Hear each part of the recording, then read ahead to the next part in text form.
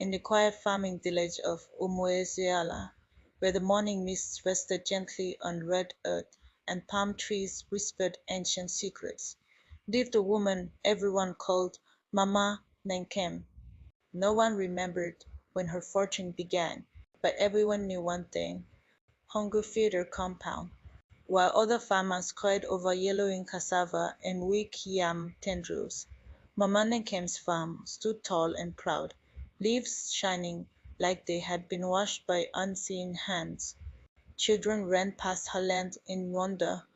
Women returning from the stream would pause and sigh. "Chineke blessed Mama Nkem," they would say. Yet blessings in Umeseala were never quiet, and Mama Nkem's blessing was too silent. No birds perched on her udara tree, no grasshoppers jumped across her ridges. Even stubborn ghosts refused to cross into her fan. But success blinds the eyes of the living, so the village praised her and asked no questions. Mama Nkem lived alone in a wide mud house with freshly painted walls. No husband, no child, no visiting relative, only her shadow, and the front that never slept.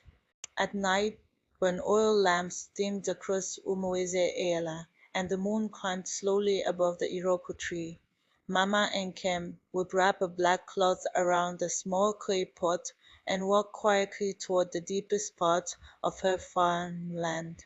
No one followed, no one dared, until the season a stranger arrived. One dusty evening, a young widow named Adayese entered Umuezala carrying her thin son, Obina, on her back. Hunger had carved sorrow into her cheeks. Her wrapper hung loosely on her bones. She begged from compound to compound until someone pointed toward Mama Nkem's gate. "If anyone can help you," they said softly, "it is the woman whose land never knows dryness." Mama Nkem looked at her for a long time, then smiled slowly. "You will stay," she said. "My farm always has space for willing hands." Adaisy fell to her knees in gratitude, but the wind that evening carried a whisper. Only the old trees understood. Every gift has a shadow. Days turn into weeks. Adaisy worked harder than anyone had ever worked on that land. Yet strange things began to trouble her spirit. The soil near the center of the farm was always wet, even under harsh sun. The air there felt cold, like harmattan hiding beneath the ground. And every night, Mama Nkem walked there alone, with a covered clay pot.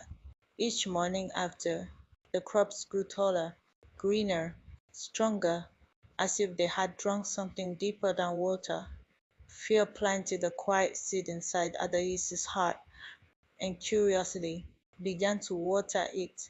One moonless night, when even dogs refused to bark, Adaise followed Mama Nkem into the darkness.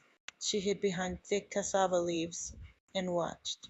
Mama Nkem knelt before an ancient twisted tree at the center of the farm, a tree villagers avoided even during daylight. Slowly, reverently, she opened the clay pot. Inside was fresh blood, still warm, still breathing. She poured it into the soil and whispered in a trembling voice, "Take and remember your promise. Let my land never know hunger." The ground shifted, like something beneath it had awakened. A low sound rose from the earth, not wind, not animal. Adaise's heart stopped. She tried to scream. The darkness swallowed her voice, and before dawn came, Adaise and little Obina were gone. Mama Nkem told the villagers they had left before sunrise, and because the harvest that week was the richest anyone had seen in years. No one questioned her, but the land had begun to listen, and in Umeseala, when the earth listens, it is already hungry.